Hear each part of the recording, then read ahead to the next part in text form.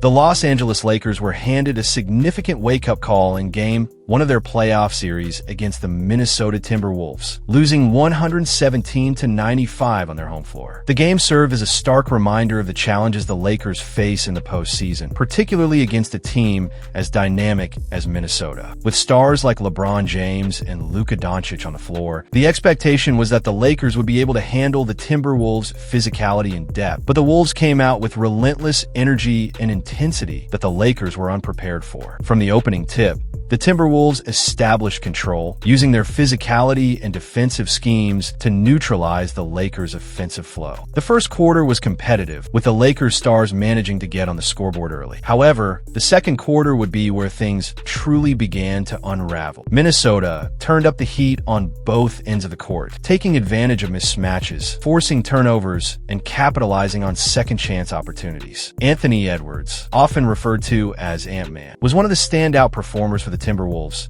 displaying his ability to break down defenses off the dribble and hit key shots from beyond the arc. Edwards finished with a spectacular performance that not only set the tone for the game, but also forced the Lakers' defense to scramble. On the other side of the ball, the Lakers struggled to get consistent production. LeBron James, despite a valiant effort, was unable to carry his team to victory. While his leadership and experience were on display, particularly in some clutch moments, he was often forced to do too much, leaving his teammates with less of a role in the offense. Meanwhile, Minnesota's defense focused on forcing other Lakers players to step up, and unfortunately for Los Angeles, none of them were able to consistently match the intensity or execution of their opponents. One of the key takeaways from Game 1 was the Timberwolves' ability to disrupt the Lakers' offensive rhythm, especially with their excellent defensive rotations and suffocating ball pressure. Minnesota's defenders, led by Jaden Ivey and Jaden McDaniels, were all over the Lakers' shooters, forcing contested shots and limiting open looks.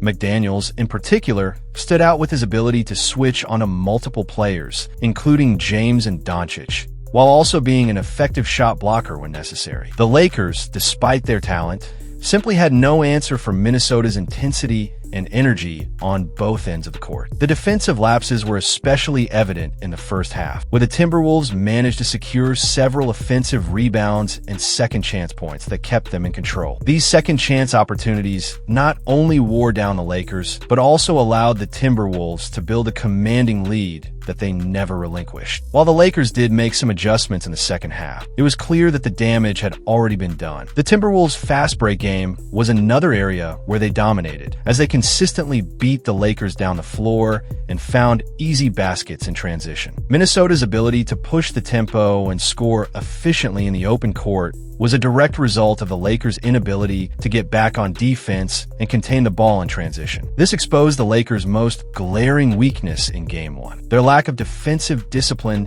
and focus. Coach Darvin Ham will need to address this if the Lakers hope to get back into the series and secure a Game 2 victory. Another aspect of the Timberwolves' success was their ability to shoot the ball efficiently from beyond the arc. The Timberwolves' three-point shooting was exceptional, as they connected on nearly 40% of their attempts, and they did so with great variety. Edwards was the primary catalyst for this, but players like Rudy Gobert and Mike Conley also contributed with timely shots. The Lakers' defense was forced to overcommit to stopping Edwards' drives, which opened up opportunities for other Timberwolves players to knock down open shots from deep. While the Lakers attempted to close out on shooters, the Timberwolves' crisp ball movement and spacing allowed them to find high-quality looks with regularity. The Lakers' perimeter defense was a major weakness in this game, as they failed to contest shots effectively and allowed Minnesota to gain confidence from long range. On the flip side, the Lakers were inefficient from beyond the arc, hitting just 30% of their three-point attempts. This poor shooting performance was compounded by their inability to execute in the half-court offense. The Timberwolves' defense, especially in the paint, made it difficult for the Lakers to find easy looks around the rim. Gobert and Karl-Anthony Towns provided an intimidating presence down low, blocking shots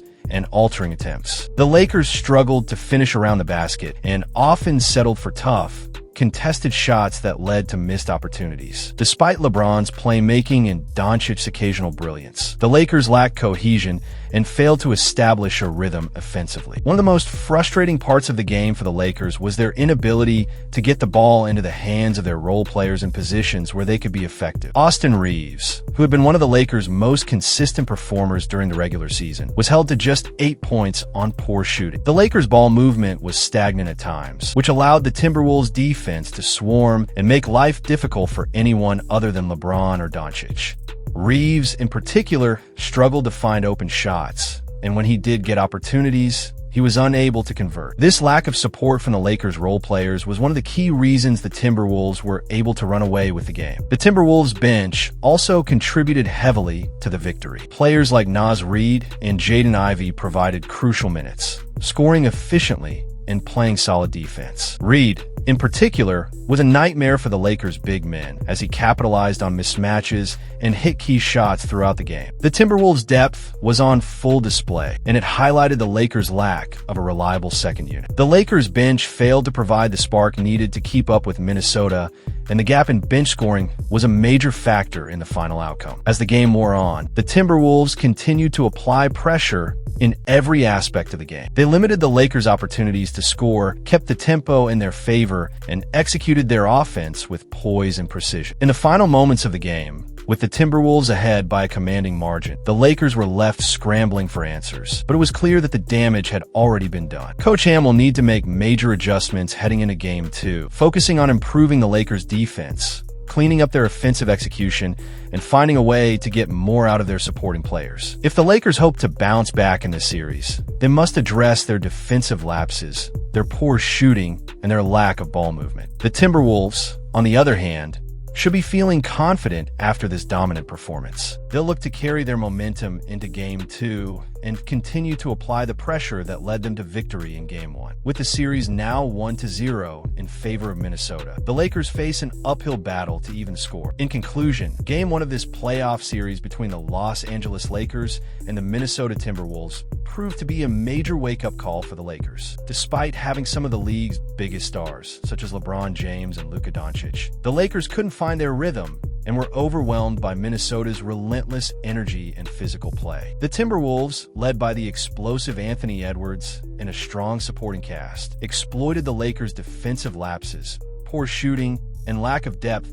to secure a dominant 117-95 victory. For the Lakers, this loss serves as a harsh reminder of their weaknesses, particularly in transition defense and perimeter shooting. As the series moves forward, Los Angeles will need to regroup and make crucial adjustments, focusing on tightening up defensively, improving ball movement, and getting more from their role players if they hope to even the score. On the other hand, Minnesota will look to carry their momentum into Game 2, knowing they have the upper hand in this series.